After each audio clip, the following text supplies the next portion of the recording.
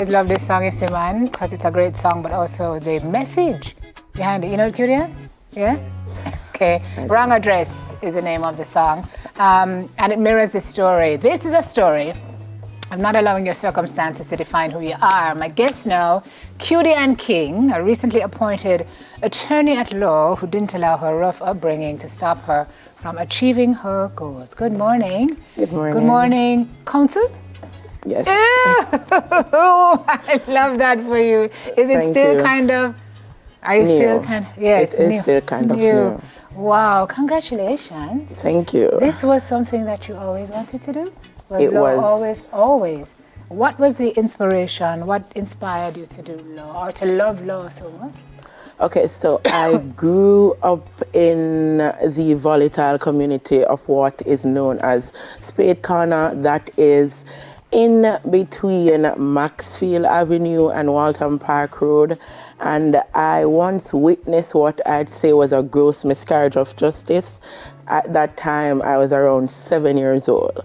And I made the decision then that I wanted to be someone who would be in a position to correct that miscarriage of justice. And I've never wanted to be anything else. You look in every book, what was going to be my future occupation. I've always wanted to be an attorney at law. Oh, man. So can you tell us more about that gross miscarriage, or is that something that you don't have to go into detail? Well, you're a lawyer, so you know how to talk about it without talking about it.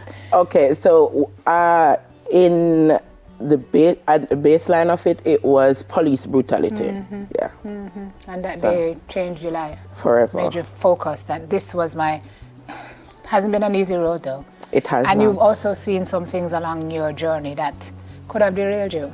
Yes. You witnessed shootings. Yes. You said for all intents and purposes, your mother, who is a very important figure in your life, could have been crippled. Right. You've been through it. I have. Tell me.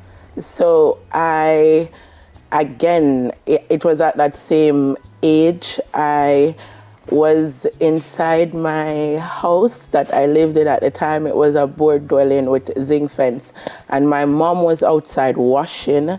And at some point in time, I heard her scream to my sister, who is Lisa, to say that I got shot.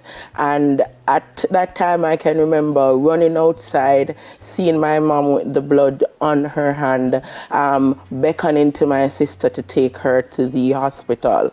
So that was one of my very first encounter with gun violence, and as you can note, it was a very personal one. Mm-hmm. So your nephew was also grazed? Yes. By a bullet.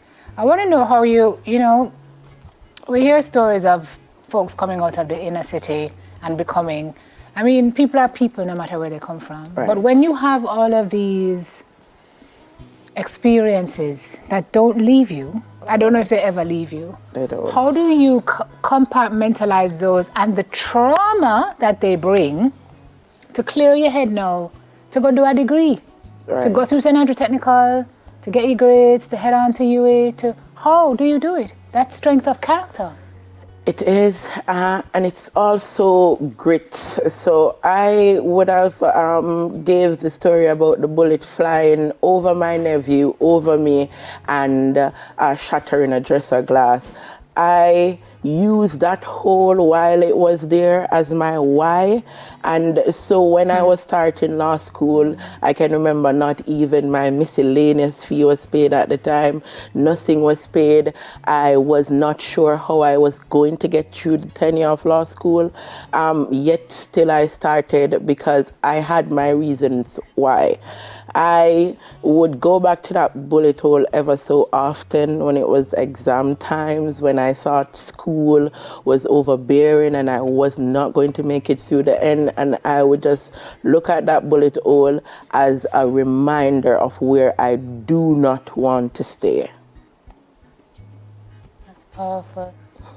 That's really powerful. And so when you graduated in 2020, Yes. that was like...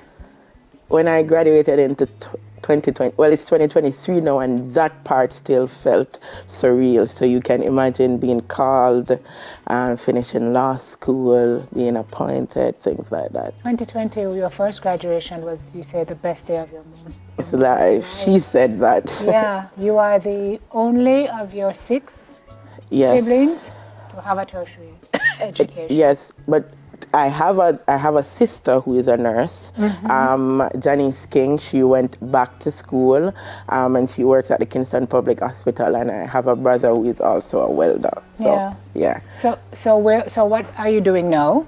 Well, now I lecture at the pre-university, and I do some legal research independently. So what do you want to do ultimately?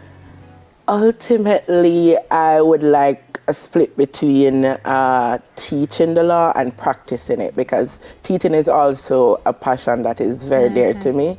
I taught straight through law school. So How did you make it through law school? You said that when you started, not even your miscellaneous was paid. Right. How did you manage? Call law schooling. It ain't cheap, girl. You went for the expensive one next to med. I can tell you that. So through law school, I taught at pre-UE alongside Miss Georgia Crawford, who's my mentor. Yeah, and after which I was teaching. I did a lot of things. I kept cake sales. I kept fish fries. Resourceful man. That's the grit that we're talking about. So those were where the financing came from, and I also applied for a lot of scholarships and got through with a lot of scholarships. Tell me about Georgia and the importance of that mentorship role to your success.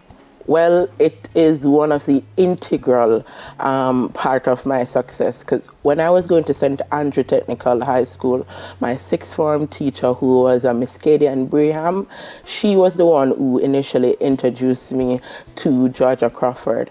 And so when I started at university, I can remember the first time like going up to her to say that I don't know how I'm going to finish. I am doing law and I need some assistance.